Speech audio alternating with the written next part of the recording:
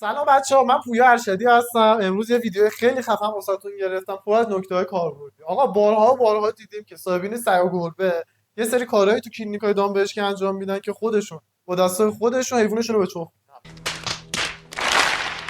حالا گفتیم یه ویدیو بیام درست بکنیم درباره کارهایی که شما تو کلینیک دامپزشکی باید رعایتشون بکنید. درود به مرام، درود به عظمتت. حتما تا آخر ویدیو نگاه بکنید. کلی نکات کاربردی طلایی بهتون گفتم که هم باعث نجات دادن حیوان خودتون میشه، هم باعث تو مخ نرفتن اون دیگران. مرسی، همراه هم باشید. آقا نکته اول، حتما یادتون باشه قبل از رفتن به کلینیک دامپزشکی زنگ بزنید وقت بگیرید. چرا؟ به خاطر اینکه اولا اینکه مطمئن باشید دکتر مورد نظرتون هستش. دوم اینکه بدونید وقت خالی داره. چرا؟ چون شما وقت نمیگیرید میرید اونجا، آقای دکتر فلانی هست، نه آقای دکتر فلانی نیست. حالا اون حیوان کلی استرس کشید بردید تو دامپزشکی، کلی هم بعد اونجا علاف بشید، یهو 50 نفر آدم جلوتون نشسته، همین جلو واسه 3 ساعت وایسی گازنگی به دست 3 ساعت اونجا وایسید تا ببینید که کی وقت خالی میشه که بتونید برید. حتما از قبل وقت بگیرید، به خودتون هم احترام بذارید با این کار. گفت گازنگی. آقا نکته دوم، جان مادرت حیوانات نزن زیر بغل راه بیام کلینیک. حتما بچه حیوانات با باکس ببرید. چرا؟ چون که خیلی مهمه که حیوانتون تماس نداشته باشه تو کلینیک با جاهای مختلف با حیوانات مختلف. دو اینکه یه حس آرامشی به حیوانتون میده و استرسش رو کاهش میده. سه اینکه خیلی راحت‌تر دکتر میتونه باهاش کار بکنه. یعنی اگه حیوانات میشه گاز بگیره، چنگ بزنه و اینا، خیلی راحت‌تر میشه تو باکس کنترلش کرد. و اینکه هر کم میرسه دست نمیکشه سر صورت حیوانتون. حتما تحت هر شرایطی بچه‌ها از باکس استفاده بکنید، حیوانتون رو با باکس جابجا بکنید، نزنید زیر بغلتون. بجز حالا سگای بزرگ که دیگه اصلا تو باکس اینا جا نمیشه و مجبورن که همینجوری با قلاده ببرنش. نکته سوم، همیشه یادتون باشه که حین مراجعه به کلینیک دامپزشکی شناسنامه پدتون همراهتون باشه و اگه سابقه پزشکی خاصی داره، اگه بیماری خاصی داره، جراحی کرده یا داروی خاصی استفاده میکنه، حتما خودتون به پزشکش بگید. میدونه سرا چون که واسه ادامه درمان یا حتی واکسیناسیون و حتی چکاپ ساده خیلی مهمه که پزشک دقیقاً از سابقه پزشکی حیوانتون و تایمی که حتی واکسناش خورده اطلاع داشته باشه. شناسنامه فراموش نشه. یه کار بلندشو نشیدم که حیوانتون بزنید زیر بغلتون بمونه یا علی آقا این سگ ما رو یا نگاه بند. حتما این چیزا رو رعایت بکنید. چون نکته چهارم، پد بهداشتی همیشه همراه خودتون داشته باشید. با اینکه کلینیکای دامپزشکی اکثرا خودشون پد دارن و خود پذیرش هم اول به شما پد میده، ولی با این حال همیشه خودتون یه پد بهداشتی همراهتون داشته باشید. 1% جایی رفتید پد نبود، حالا به هر دلیلی هر چی بود، مستقیم حیوان خودتون رو میز معاینه قرار ندید. همیشه پدتون رو بندازید یا از دکترش بخواید پد پهن بکنه، رو دواسه با هیچکی نداره. ما مهمترین چیز واسمون بهداشت و سالم بودن حیوانمون. با اینکه مثلا حتی اگه ضد عفونی بود بخواد که پد واسهتون پهن کنن و حیواناتون رو پد همیشه قرار بدید. هر جایی تو کلینیک حیوانات رو آسیب قرار بدید فقط رو پد بهداشت. دوستان نکته پنجم، رعایت بهداشت کلینیک. بچه این چیزی که میخوام بهتون بگم بیشتر از اینکه نکته بهداشتی باشه یه چیز فرهنگیه، یعنی یه فرهنگ سازیه.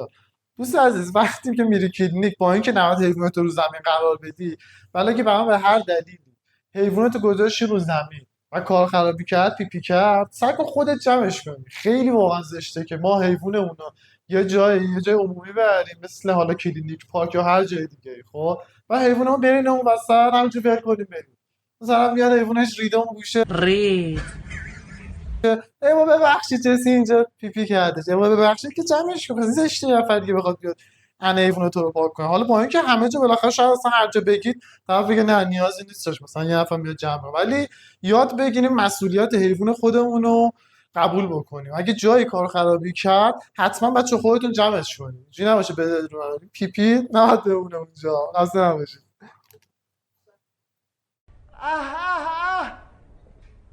چندش شماره 6، حیواناتتون رو تو کلینیک به هیچ عنوان رو زمین قرار ندید. یکی از دلایلی که بهتون گفته بودم که حیواناتتون رو با باکس ببرید کلینیک همینا.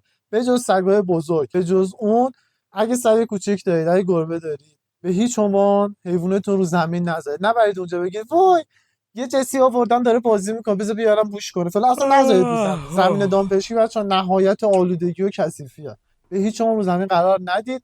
اگرم طوله دارید تا موقعی که واکسناش کامل نشده به هیچ عنوان هیچ جا نبریدش، حالا نه تو کلینیک نه هیچ جای دیگه ای.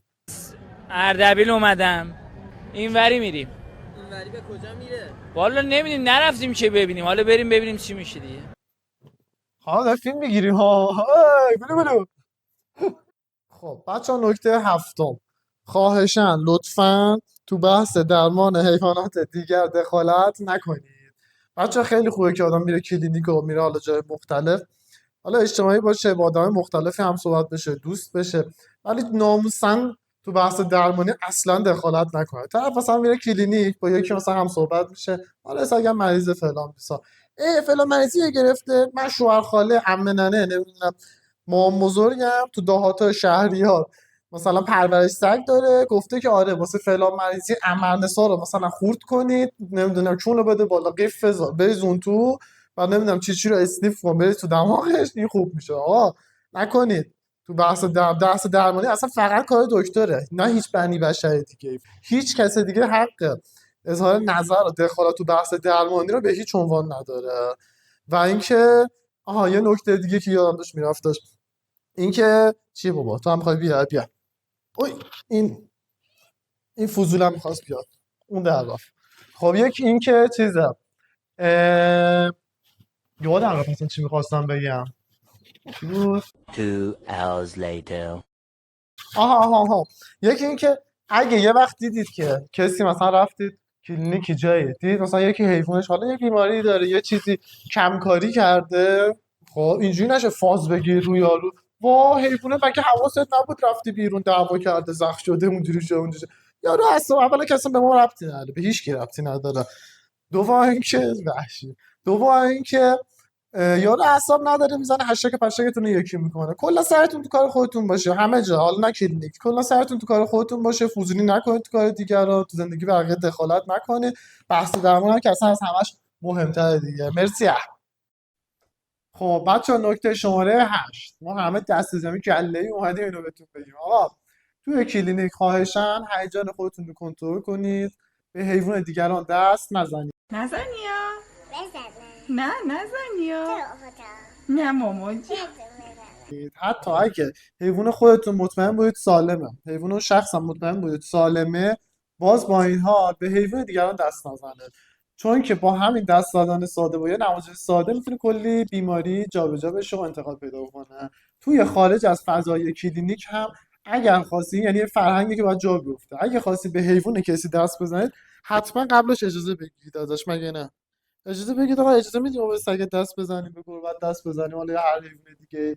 چون شاید حیوانی طرف مثلا میبینی بد اخلاقه، میبینیش که آخه چه گوگوله فلان یهو میزنه جلوت میکنه، یا مثلا چه میدونم شاید بیماری خاصی داره، شاید تو همش دوست نداره. خیلی هستن دوست ندارن که سگشون ناز کنه نوازشون، خیلی مثلا نه، مثلا من خودم سگم میارم بگی بچلونش اصلا هر کاری دوست داری بکن.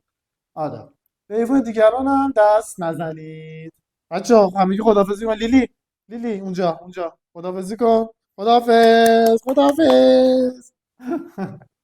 قطع شد.